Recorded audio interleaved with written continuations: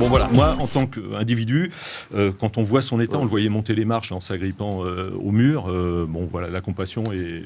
Je suis surpris là par votre retenue par rapport à ça, parce que vous passez quand même votre temps à commenter les décisions de justice quand il s'agit des petits délinquants, à dire oh là là mon Dieu, la justice c'est pas bien, et là tout à coup vous avez peur de dire du bien de Bernard Tapie, c'est quoi en fait? Non, mais quand on voit son état, voilà, on peut avoir de la compassion. Non mais je suis surpris parce que vous dites je commande pas une décision de justice toute la journée. Tout le monde le fait. Non mais surtout toute la journée, surtout Rassemblement National, vous commentez les décisions de justice sur les petits délinquants en nous expliquant que ces décisions sont laxistes, qu'ils sont pas assez condamnés. Et là, quand c'est Bernard Tapie, quand il suffit d'avoir un peu de compassion... En fait, j'ai pas lu la décision. Qu'est-ce qui motive que le procès doit avoir lieu?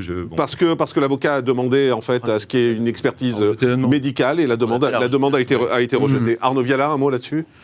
Moi, évidemment, il y a de la compassion quand on voit l'état de Bernard Tapie. Je ne connais pas non plus la motivation de la décision. J'ai cru comprendre qu'il y avait peut-être des jurisprudences d'ailleurs qui pourraient la remettre en cause, parce que lorsqu'on ne peut pas être présent soi-même ou représenté...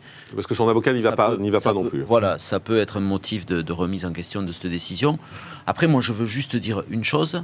J'ai beaucoup de compassion pour Bernard Tapie dans l'état où il est. Je m'interroge, je suis interrogatif quand même sur cette forme d'exposition médiatique de tout. De la part de sa famille, j'ai eu l'occasion de dire à peu près la même chose quand il y a eu ce cambriolage chez eux il y a quelques temps là. Je ne sais pas comment le Français ordinaire reçoit ce message-là, parce que là, je pense que le Français a de la compassion pour Bernard Tapie, honnêtement. Mais le Français ordinaire, il est aussi malade, ou il a des gens de son entourage qui sont très malades, et il peut pas faire les plateaux télé pour le dire et dire sa souffrance.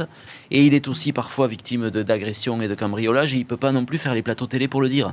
Donc c'est un peu difficile, je pense, de tirer sur la corde sensible face à des choses qui sont d'une autre nature. Voilà, c'est tout.